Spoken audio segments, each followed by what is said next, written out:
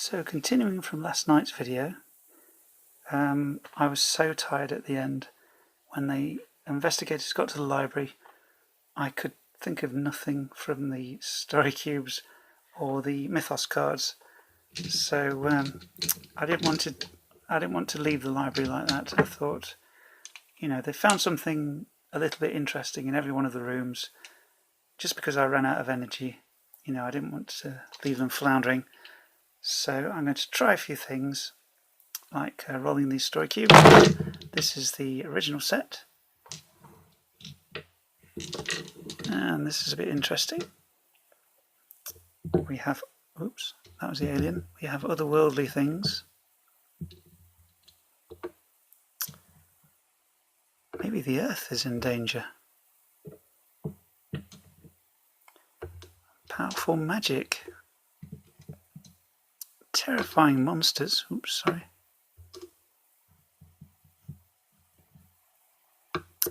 And some kind of verbal thing. Well, that's something worth thinking about.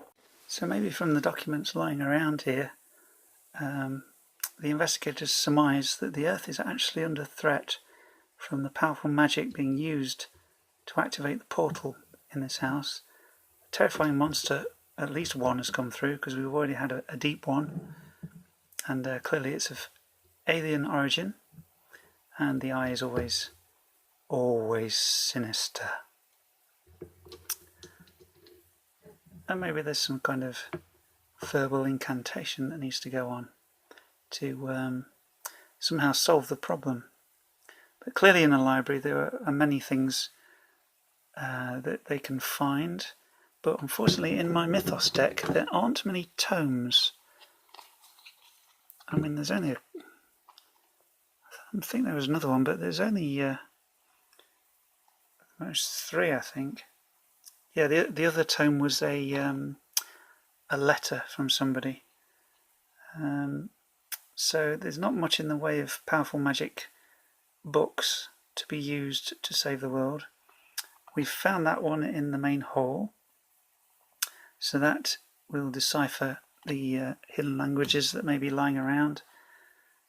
And this might be something that they can find in the library, which they can use to perhaps close the portal that is somewhere in the house. Now, a little bit of bookkeeping. I drew this card in the kitchen, but that little bit of the video was lost, so it went straight to the story cubes roll where they found the egg of the deep one. So they actually did find this. I'm not sure if it will be of any use, but it might be. Now, one thing I've been forgetting to do, which I meant to do originally, was for Millicent to use her luck spell, which is at the bottom here, costing 1 stamina point, to restore her luck from the previous adventure, because she's down to 7. So she needs to roll an 8 or more. Oh, sorry, 8 or less, and that's a 7. So she manages it, and she spends 1 stamina point to cast that spell, which gains her 4 luck points, because she might need them. Now, the other thing I'm thinking of changing in the second part of the adventure is the combat again. I was using a D12 to use the normal Fighting Fantasy rules, but now I'm thinking of using these dice, which are from London Dread. So if Millicent has an unarmed combat of 9, she rolls these 9 dice and she scores 4 hits. So if a zombie has 6 dice, he rolls 1 hit, she rolls more, so she then rolls her damage die to see how many stamina points the zombie loses. Now, I am unhappy with Patrick McQueen having such a high marksmanship, because it's just silly. I mean, you roll the dice and he's going to hit no matter what. So what I'm thinking of doing is using a similar mechanic. There are some games that which use this, where the defender, even in missile combat, has some defense dice they can roll. So if Patrick McQueen rolls his 12 attack dice for his pistol, oops, and in this case he scores 1 hit, then a defender with, say, 7 skill might be able to use that. It could incorporate any number of random factors and their general ability to defend against things, to dodge out of the way, to use any armor or bits of protection they might have. So they will get a roll, and in this case they score 3, so he would miss, and there would be modifications for range and that kind of thing. But I just didn't like the idea of him being totally indestructible with his pistol and able to shoot on every single shot. I may introduce that into the other skills, but perhaps not yet, because sometimes it can feel like the player characters are really, really overpowered, and that any skill roll they make will succeed. So I'm just a little uncomfortable with that. But I'll use that for the range combat, and I'll use these dice for the unarmed combat as well, and see how we get on. The thing I want to mention in this video is this PDF I've got from DriveThruRPG.com, costing me all of $1.99. 100 creepy things and events to find in a spooky house. Now you can clearly see that will be very useful for this kind of adventure. So basically what you do is you roll a D100 like these, and we roll a 47, and in this 20-page book you look up 47. Painting. All the portraits in this room have had the canvas rot away, leaving the gilt frames surrounding damp, fungal-looking stains on the walls. On a closer look, the patches resemble screaming faces, their mouths open in agony. So just a little bit of a seed of an adventure, maybe. So each room you go in can have a little special something. But $1.99, not bad at all. So when you do run out of ideas, which I did last night, you can turn to this, and you should find something interesting. The price is right anyway. So for 20 pages and 100 creepy little things, I would prefer it if there was an option to print it out without the grey background, because that uses up so much ink.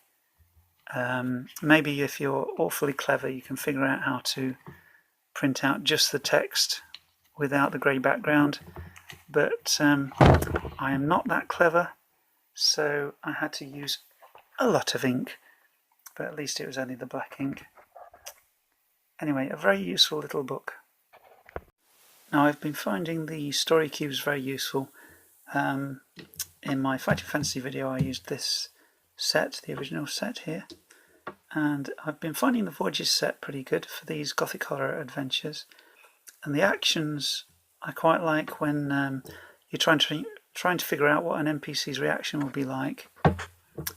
These Doctor Who story cubes, I'm not sure how useful they will be, because when I roll those the outcome seems to be a bit kind of crazy, but I just bought those because I'm a Doctor Who fan. But I've been finding the story cubes pretty neat, and it's nice for me to have a visual stimulus to suggest ideas. Now, when it comes to role-playing systems, there are plenty to choose from. I mean, I've been using Fighting Fantasy with the Advanced Fighting Fantasy in Dungeoneer, and I think it'd be nice to try something with Tunnels and Trolls, because that seems like a really nice system. involving chucking lots of dice. Dragon Warriors is another small book option. I'd also like to do a fantasy adventure using one of the basic D&D modules from years ago. This is a nice simple rule set as well. The characters, when you generate them, don't seem to be very powerful at all and not have many hit points, but perhaps that's part of the strategy of the game. It's been a long time since I've actually played it in a group, so it'll be interesting to see how that goes. I'll try and put together some way of generating the ability to go through an old adventure like the Keep on the Borderlands, for instance, and In Search of the Unknown, in a way that makes it possible to use for a solo player. Now, I personally, this may not be a popular opinion, I don't know, but I really liked the artwork for the Games Workshop versions of RuneQuest when it came out in the mid-80s. I thought the cover art alone was fantastic. Most of the internal art was great as well, and the Griffin Island book was amazing.